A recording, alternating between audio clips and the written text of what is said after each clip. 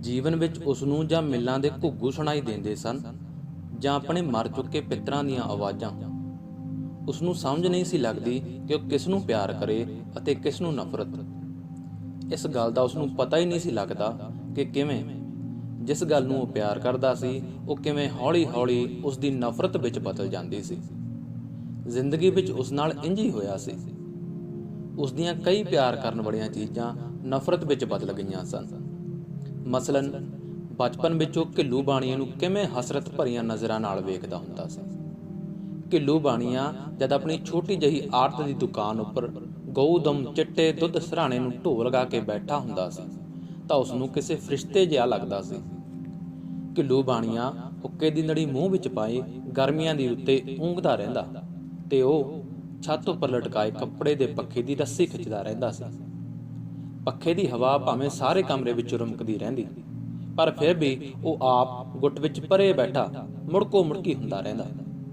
ਗਰਮੀ ਨਾਲ ਉਸਨੂੰ ਘੂਕੀ ਜਿਹੀ ਚੜ ਜਾਂਦੀ, ਸਿਰ ਨੂੰ ਗਰੂਰੀ ਆ ਜਾਂਦੀ ਤੇ ਹੱਥ ਵਿਚਲੇ ਪੱਖੇ ਦੀ ਰੱਸੀ ਹੌਲੀ ਹੌਲੀ ਢਿੱਲੀ ਹੁੰਦੀ ਹੁੰਦੀ ਖਿਸਕ ਜਾਂਦੀ। ਪੱਖਾ ਪਹਿਲਾਂ ਆਪਣੇ ਆਪ ਥੋੜ੍ਹੀ ਦੇਰ ਹਿਲਦਾ ਹਿਲਦਾ ਖਲੋ ਜਾਂਦਾ ਤੇ ਘਿੱਲੂ ਬਾਣੀਏ ਦੇ ਗੰਜ ਉੱਪਰ ਮੁੜਕੇ ਦੀਆਂ ਬੂੰਦਾਂ ਉੱਭਰ ਆਉਂਦੀਆਂ। ਉਹ ਤਰਬਕ ਕੇ ਅੱਖਾਂ ਖੋਲ੍ਹ ਲੈਂਦਾ ਤੇ ਉਸਨੂੰ ਉੱਚੀ ਸਾਰੀ ਕੋਈ ਭੱਦੀ ਗੰਦੀ ਗਾਲ ਕੱਢਦਾ। ਵਰਾਸ਼ਾਂ ਵਿੱਚ ਵਗ ਚੁੱਕੀ ਲਾਲ ਨੂੰ ਪੁੱਠੇ ਕਫ ਨਾਲ ਪੂੰਝਦਾ ਤੇ ਫਿਰ ਹੁੱਕੇ ਦੀ ਨੜੀ ਮੂੰਹ ਵਿੱਚ ਪਾ ਕੇ ਫੋਕੀ ਗੁੜ-ਗੁੜ ਕਰਦਾ। ਉਹ ਉੱਭੜ ਵਾਹੇ ਉੱਠ ਕੇ ਰੱਸੀ ਖਿੱਚਦਾ ਤੇ ਖਿੱਚਦਾ ਜਾਂਦਾ। ਘਿੱਲੂ ਬਾਣੀਆ ਪਿਛਲਾ ਗੁੱਸਾ ਭੁੱਲ ਜਾਂਦਾ ਤੇ ਫਿਰ ਉਸਨੂੰ ਆਵਾਜ਼ ਦਿੰਦਾ, ਮੀਦੂ ਪੁੱਤਾ ਹੁੱਕੇ 'ਚ ਅੱਗ ਧਰੀ ਜਰਾ। ਮੀਦੂ ਸਹਿਜ ਭਾਵ ਨਾਲ ਉੱਠਦਾ ਤੇ ਹੁੱਕੇ ਲਈ ਅੱਗ ਬਣਾਉਣ ਲੱਗਦਾ। ਹੁੱਕੇ ਦੀ ਟੋਪੀ ਵਿੱਚ ਅੱਗ ਪਾ ਕੇ ਉਹ ਫਿਰ ਰੱਸੀ ਉੱਪਰ ਆਣ ਬੈਠਦਾ। ਥਕੇਵਾਂ ਤੇ ਗਰਮੀ ਫਿਰ ਅੰਗ-ਅੰਗ ਵਿੱਚ ਆਣ ਵੜਦੀ।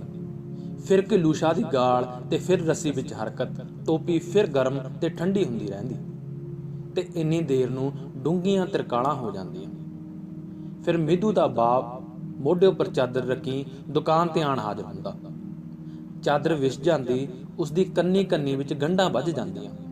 ਕਿਸੇ ਵਿੱਚ ਲੂਣ, ਕਿਧਰੇ ਹਲਦੀ, ਕਿਧਰੇ ਦਾਲ, ਕਿਧਰੇ ਗੁੜ, ਕਿਧਰੇ ਮਿਰਚਾਂ ਤੇ ਹੋਰ ਬਹੁਤ ਕੁਝ। ਉਸਦਾ ਬਾਪੂ ਪੋਟਲੀਆਂ ਵਾਲੀ ਚਾਦਰ ਮੋਢੇ ਮਾਰ ਲੈਂਦਾ ਤੇ ਉਸਨੂੰ ਉਂਗਲੀ ਲਗਾ ਪਿੰਡ ਨੂੰ ਤੁਰ ਪੈਂਦਾ। ਉਦੋਂ ਉਸਨੂੰ ਘਿੱਲੂ ਸ਼ਾਹ ਜੀ ਨਾਲ ਕਿੰਨਾ ਪਿਆਰ ਸੀ। ਉਸਨੂੰ ਕਿੰਨਾ ਚੰਗਾ ਲੱਗਦਾ ਸੀ ਘਿੱਲੂ ਸ਼ਾਹ, ਜਿਸ ਦੀ ਦੁਕਾਨ ਤੋਂ ਉਸਦਾ ਬਾਪੂ ਜੋ ਮਰਜ਼ੀ ਲੈ ਆਉਂਦਾ ਸੀ। ਉਹ ਖੁਸ਼ ਸੀ, ਬਹੁਤ ਖੁਸ਼।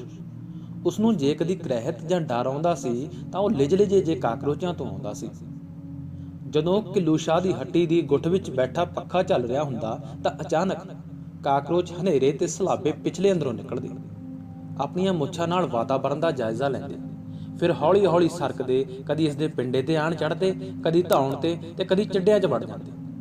ਉਹ ਰੱਸੀ ਸੁੱਟ ਕੇ ਉੱਭੜ ਉੱਠਦਾ, ਕੱਪੜਿਆਂ ਨੂੰ ਇੰਝ ਝਾੜਦਾ ਜਿਵੇਂ ਅੱਗ ਲੱਗ ਗਈ ਹੋਵੇ। ਪਿਲਪਿਲਾ ਜਿਹਾ ਕਾਕਰੋਚ ਉਹਦੇ ਹੱਥਾਂ ਨੂੰ ਲੱਗ ਜਾਂਦਾ ਤਾਂ ਉਹਦੇ ਅੰਦਰ ਕਚਿਆਣ ਜਿਹੀ ਭਰ ਜਾਂਦੀ ਸੀ। ਗਲੀਜ ਜਿਹੇ ਇਸ ਕੀੜੇ ਨਾਲ ਉਸਨੂੰ ਹੱਦੋਂ ਵੱਧ ਨਫ਼ਰਤ ਸੀ। ਉਹ ਕਈ ਵਾਰ ਬੁਹਾਰੀ ਫੜ ਕੇ ਉਹਨਾਂ ਨੂੰ ਮਾਰਨ ਲਈ ਦੌੜਦਾ ਤਾਂ ਉਹ ਪਿਛਲੇ ਅੰਦਰ ਢਿਲਕੇ ਹੋਏ ਗੁੜ ਦੀਆਂ ਬੋਰੀਆਂ ਪਿੱਛੇ ਜਾਂ ਲੂਣ ਤੇਲ ਦੇ ਡੱਬਿਆਂ ਪਿੱਛੇ ਜਾ ਛੁਪਦੇ। ਘਿੱਲੂ ਸ਼ਾਹ ਚੀਕਦਾ ਰਹਿੰਦਾ, ਓਏ ਹਰਾਮੀਆਂ, ਕਿਉਂ ਇਹਨਾਂ ਪਿਓਆਂ ਪਿੱਛੇ ਪਿਆ ਹੋਇਆ ਏ? ਇਹ ਤੈਨੂੰ ਕੀ ਆਂਦੇ ਨੇ? ਆਪਣੇ ਕਰਮ ਇਹ ਖਾਈ ਜਾਂਦੇ ਨੇ, ਸਾਡਾ ਕੀ ਲੈਂਦੇ ਨੇ? ਫਿਰ ਉਹ ਸੋਚਦਾ, ਇਹ ਕਾਕਰੋਚ ਘਿੱਲੂ ਸ਼ਾਹ ਦੇ ਚਿੱਟੇ ਬਿਸਤਰੇ ਤੇ ਕਿਉਂ ਨਹੀਂ ਜਾਂਦੇ, ਨਾ ਹੀ ਕਦੇ ਉਸਦੇ ਕੱਪੜਿਆਂ ਵਿੱਚ ਵੜਦੇ ਨੇ। ਜਿਵੇਂ ਕਾਕਰੋਚ ਤੇ ਘਿੱਲੂ ਸ਼ਾਹ ਨੇ ਸਿਰਫ ਉਸਦੇ ਖਿਲਾਫ ਹੀ ਕੋਈ ਸਾਜ਼ਿਸ਼ ਕੀਤੀ ਹੋਵੇ। ਸ਼ਾਮ ਨੂੰ ਬਾਪੂ ਦੀ ਉਂਗਲ ਲੱਗਾ ਉਹ ਉਸਨੂੰ ਨਿੱਕੀਆਂ ਨਿੱਕੀਆਂ ਗੱਲਾਂ ਪੁੱਛਦਾ। ਉਸਦੀਆਂ ਵਧੇਰੇ ਪੁੱਛਾਂ ਕਾਕਰੋਚਾਂ ਬਾਰੇ ਹੀ ਹੁੰਦੀਆਂ। ਉਸਦਾ ਬਾਪੂ ਉਸਨੂੰ ਕਾਕਰੋਚਾਂ ਦੇ ਸੁਭਾਅ ਬਾਰੇ ਦੱਸਦਾ ਰਹਿੰਦਾ। ਉਸਨੂੰ ਸਭ ਤੋਂ ਹੈਰਾਨੀ ਵਾਲੀ ਗੱਲ ਉਹ ਲੱਗੀ ਜਦ ਬਾਪੂ ਨੇ ਉਹਨੂੰ ਦੱਸਿਆ ਸੀ ਕਿ ਕਾਕਰੋਚਾਂ ਦਾ ਲਹੂ ਚਿੱਟਾ ਹੁੰਦਾ ਹੈ। ਉਸਨੂੰ ਇਸ ਗੱਲ ਉੱਪਰ ਯਕੀਨ ਹੀ ਨਹੀਂ ਸੀ ਆਇਆ। ਉਸਨੇ ਮਨ ਬਣਾਇਆ ਕਿ ਕਦੀ ਘਿੱਲੂ ਸ਼ਾਹ ਤੋਂ ਚੋਰੀ ਕਿਸੇ ਕਾਕਰੋਚ ਨੂੰ ਮਾਰ ਕੇ ਦੇਖੇਗਾ ਕਿ ਉਸਦਾ ਬਾਪੂ ਝੂਠ ਤਾਂ ਨਹੀਂ ਕਹਿ ਰਿਹਾ। ਇੱਕ ਹੋਰ ਹੈਰਾਨ ਕਰਨ ਵਾਲੀ ਗੱਲ ਉਸਦੇ ਬਾਪੂ ਨੇ ਕਾਕਰੋਚਾਂ ਬਾਰੇ ਦੱਸੀ ਸੀ ਕਿ ਜਦ ਕਾਕਰੋਚਾਂ ਨੂੰ ਖਾਣ ਨੂੰ ਕੁਝ ਨਾ ਮਿਲੇ, ਇਹ ਆਪਣੇ ਹੀ ਸਾਥੀਆਂ ਨੂੰ ਖਾ ਜਾਂਦੇ ਹਨ। ਉਹ ਹੈਰਾਨ ਸੀ ਕਿ ਉਸਦੇ ਬਾਪੂ ਨੂੰ ਕਾਕਰੋਚਾਂ ਦੀਆਂ ਆਦਤਾਂ ਅਤੇ ਸੁਭਾਅ ਦਾ ਕਿਵੇਂ ਪਤਾ ਲੱਗ ਗਿਆ ਸੀ। ਕਿੰਨੇ ਵਰ੍ਹੇ ਉਸਨੂੰ ਘਿੱਲੂ ਸ਼ਾਹ ਦਾ ਪੱਖਾ ਖਿੱਚਦਿਆਂ ਲੰਘ ਗਏ, ਪਰ ਉਹ ਤਾਂ ਵੀ ਖੁਸ਼ ਸੀ। ਉਸਨੇ ਤਾਂ ਬਾਕੀ ਜ਼ਿੰਦਗੀ ਹੀ ਇੰਜ ਲੰਘਾ ਦੇਣੀ ਸੀ ਜੇਕਰ ਇਹ ਸਭ ਕੁਝ ਵਾਪਰ ਨਾ ਜਾਂਦਾ, ਜਿਸ ਦੀ ਕਿ ਉਸਨੂੰ ਉੱਕਾ ਹੀ ਆਸ ਨਹੀਂ ਸੀ। ਉਸਨੂੰ ਯਾਦ ਆਉਂਦੀ ਹੈ ਅਜੇ ਵੀ ਉਹ ਘੁੱਪ ਹਨੇਰੀ ਰਾਤ, ਜਦ ਮਾੜੀਆਂ ਮਾੜੀਆਂ ਕਣੀਆਂ ਪੈ ਰਹੀਆਂ ਸਨ, ਹਵਾ ਤੇਜ਼ ਚੱਲ ਰਹੀ ਸੀ। ਉਹਦਾ ਸਾਰਾ ਪਰਿਵਾਰ ਰਾਜੀ ਖੁਸ਼ੀ ਦੁਪਹਿਰ ਦੇ ਲੂਣ ਵਾਲੇ ਚੌਲ ਸਵੇਰ ਦੀ ਮੰਗਵੀਂ ਲੱਸੀ ਨਾਲ ਖਾ ਕੇ ਸੌਣ ਦੀ ਤਿਆਰੀ ਕਰ ਰਿਹਾ ਸੀ। ਉਸ ਦੀ ਮਾਂ ਨੇ ਮੀਂਹ ਦੇ ਡਰੋਂ ਕੋਠੇ ਉੱਪਰਲਾ ਮੁੱਗ ਵੀ ਬੰਦ ਕਰ ਦਿੱਤਾ ਸੀ ਅਤੇ ਬਾਪੂ ਨੇ ਤੋਕੜ ਜਿਹੀ ਗਾਂ ਨੂੰ ਵੀ ਅੰਦਰ ਕਰ ਦਿੱਤਾ ਸੀ। ਉਹ ਆਪਣੇ ਬਾਪੂ ਵਾਲੇ ਮੰਜੇ ਉੱਪਰ ਪੈ ਕੇ ਮੱਧਮ ਜਿਹੇ ਦੀਵੇ ਦੀ ਲੋ ਵਿੱਚ ਕੋਠੇ ਦੀ ਛੱਤ ਨੂੰ ਵੇਖ ਰਿਹਾ ਸੀ, ਜਿਸ ਦੀਆਂ ਦੋਵੇਂ ਸਤੀਰੀਆਂ ਕਈ ਸਾਲਾਂ ਦੀਆਂ ਦਿੜਕੀਆਂ ਹੋਈਆਂ ਸਨ ਤੇ ਉਸਦੇ ਬਾਪੂ ਨੇ ਹੇਠਾਂ ਥੰਮੀਆਂ ਦਾ ਆਸਰਾ ਦਿੱਤਾ ਹੋਇਆ ਸੀ। ਇਹ ਸੁੱਤ ਅਨੀਂਦੇ ਵਿੱਚ ਹੀ ਸੀ ਕਿ ਮਾਂ ਦੀ ਸਹਿਮੀ ਹੋਈ ਚੀਕ ਸੁਣੀ। ਉਹਨੇ ਦੇਖਿਆ ਮਾਂ ਅਤੇ ਬਾਪੂ ਇੰਨੇ ਡਰੇ ਅਤੇ ਸਹਿਮੇ ਹੋਏ ਸਨ ਜਿਵੇਂ ਉਹਨਾਂ ਨੇ ਕਾਲ ਨੂੰ ਪ੍ਰਤੱਖ ਦੇਖ ਲਿਆ ਹੋਵੇ। ਉਹਨਾਂ ਆਪਣੇ ਵਿੱਚ ਹੌਲੀ-ਹੌਲੀ ਕੁਝ ਸਲਾਹ ਕੀਤੀ ਅਤੇ ਮਾਂ ਆਪਣੇ ਪਾਟੇ ਪੁਰਾਣੇ ਕੱਪੜਿਆਂ ਨਾਲ ਬਾਰੀਆਂ ਬੂਹਿਆਂ ਦੀਆਂ ਝੀਤਾਂ ਬੰਦ ਕਰਨ ਲੱਗੀ।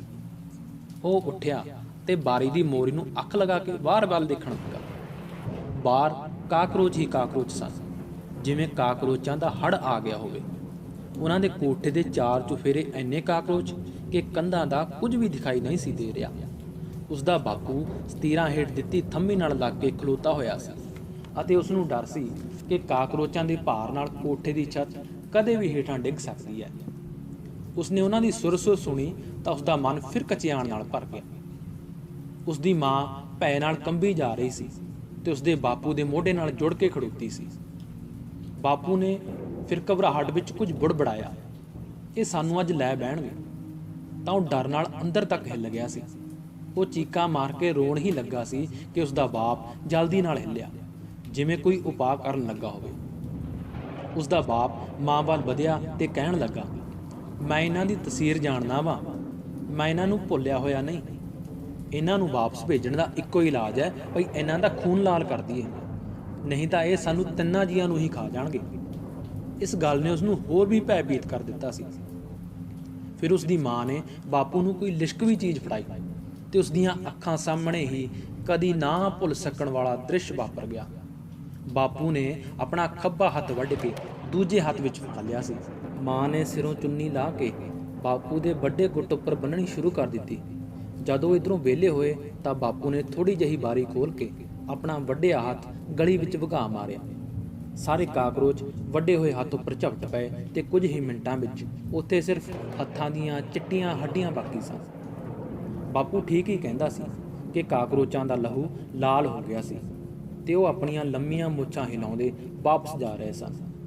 ਅਤੇ ਫਿਰ ਹਰ ਹਾੜੀ ਸੌਣੀ ਬਾਪੂ ਦੇ ਅੰਗ ਇੱਕ ਇੱਕ ਕਰਕੇ ਬਾਰੀ ਚੋਂ ਬਾਹਰ ਕਿਰਦੇ ਰਹੇ ਅਤੇ ਕਾਕਰੋਚ ਆਪਣਾ ਖੂਨ ਲਾਲ ਕਰਕੇ ਜਾਂਦੇ ਰਹੇ। ਹੁਣ ਸਿਰਫ ਬਾਪੂ ਦਾ ਹੱਥਾਂ ਬਾਹਾਂ ਤੋਂ ਬਗੈਰ ਕਰੰਗ ਹੀ ਰਹਿ ਗਿਆ ਸੀ, ਜਿਸ ਉੱਪਰਲਾ ਮਾਸ ਵੀ ਕਾਕਰੋਚਾਂ ਦੀ ਭੇਟਾ ਹੋ ਚੁੱਕਾ ਸੀ। ਆਖਰ ਇੱਕ ਰਾਤ ਬਾਪੂ ਦੇ ਕਰੰਗ ਨੂੰ ਵੀ ਮਾਂ ਨੇ ਦੁਖੀ ਹਿਰਦੇ ਨਾਲ ਬਾਰੀ ਥਾਣੀ ਬਾਹਰ ਸਰਕਾ ਦਿੱਤਾ ਸੀ। ਬਾਪੂ ਦੇ ਜਾਣ ਤੋਂ ਬਾਅਦ ਤੱਕ ਫਿਰ ਕਦੇ ਕਾਕਰੋਚ ਨਹੀਂ ਆਏ। ਉਹ ਹੁਣ ਆਪ ਭਰ ਜਵਾਨ ਹੋ ਗਿਆ ਸੀ। ਮਾਂ ਕਦੋਂ ਦੀ ਜਾ ਚੁੱਕੀ ਸੀ ਤੇ ਉਹ ਪਿੰਡੋਂ ਸਭ ਕੁਝ ਛੱਡ ਛਡਾ ਕੇ ਸ਼ਹਿਰ ਆ ਗਿਆ ਸੀ, ਜਿੱਥੇ ਮਸ਼ੀਨਾਂ ਨਾਲ ਪਿਸ-ਪਿਸ ਕੇ ਉਹ ਆਪ ਵੀ ਬਾਪੂ ਵਾਂਗ ਪਿੰਜਰ ਹੋ ਚੁੱਕਾ ਸੀ। ਮਿੱਲ ਦੇ ਘੁੱਗੂ ਨੇ ਜਿਵੇਂ ਉਸਦੇ ਗਲ ਵਿੱਚ ਕੋਈ ਰੱਸੀ ਪਾਈ ਹੋਵੇ।